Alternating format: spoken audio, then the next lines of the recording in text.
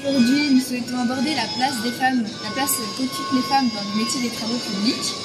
Et donc pour en parler, voici Stéphane Kenéel, qui va répondre à nos questions. Avec plaisir. Donc combien y a-t-il de femmes dans votre entreprise de DTP? Alors aujourd'hui, l'entreprise DTP en conductrice d'engin, on va dire, nous avons 5 femmes. Nous avons une femme sur une niveau. Nous avons une femme sur une pelle de 30 tonnes, donc une petite pelle de production. Ouais. On a 2 femmes sur des 769 et une femme sur un A40. D'accord.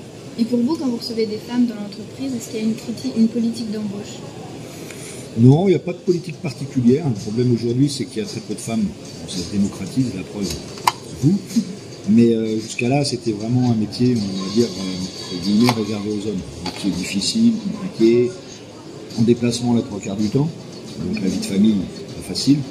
Aujourd'hui, les femmes, elles s'anticipent un petit peu, donc c'est très bien. Enfin, moi, je trouve ça super d'avoir des femmes dans ce métier, c'est super. Ça féminise un petit peu le système, on voit autre chose, et comme je disais tout à l'heure en plaisantant, il y a certaines tâches, elles sont mieux réalisées par les femmes que par les hommes. C'était justement ma question suivante. Y a-t-il une différence entre le travail d'une femme et d'un homme? Oui, au niveau feeling, moi je sais que bon, je suis aujourd'hui formateur en conduite d'engin. J'étais avant chef de chantier et tout ce qui était un petit peu particulier, les boulots un petit peu particuliers où il fallait un petit peu de finesse, j'aimais les confier à une femme.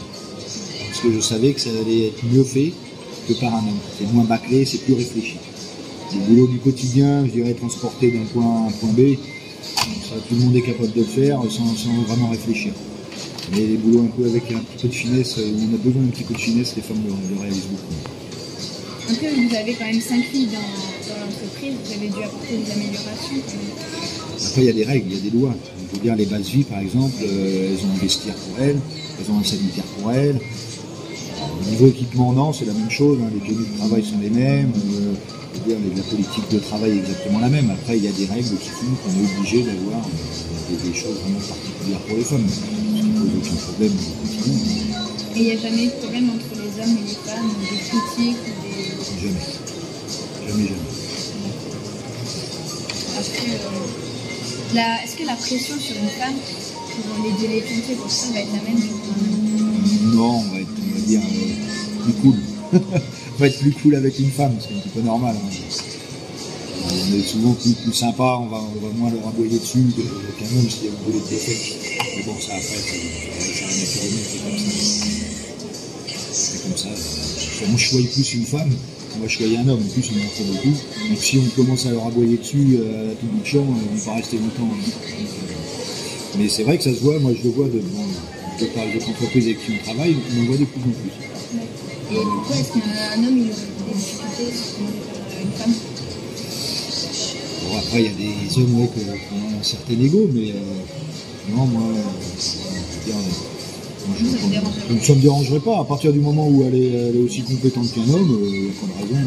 On a chez nous aujourd'hui une femme qui est conducteur de travaux principal, chef d'agence, ça pose aucun problème. On a une agence qui est à Amiens, dans le Nord, c'est une femme qui la dirige. Absolument. À partir du moment où on est compétent dans ce qu'on fait, je ne vois pas où.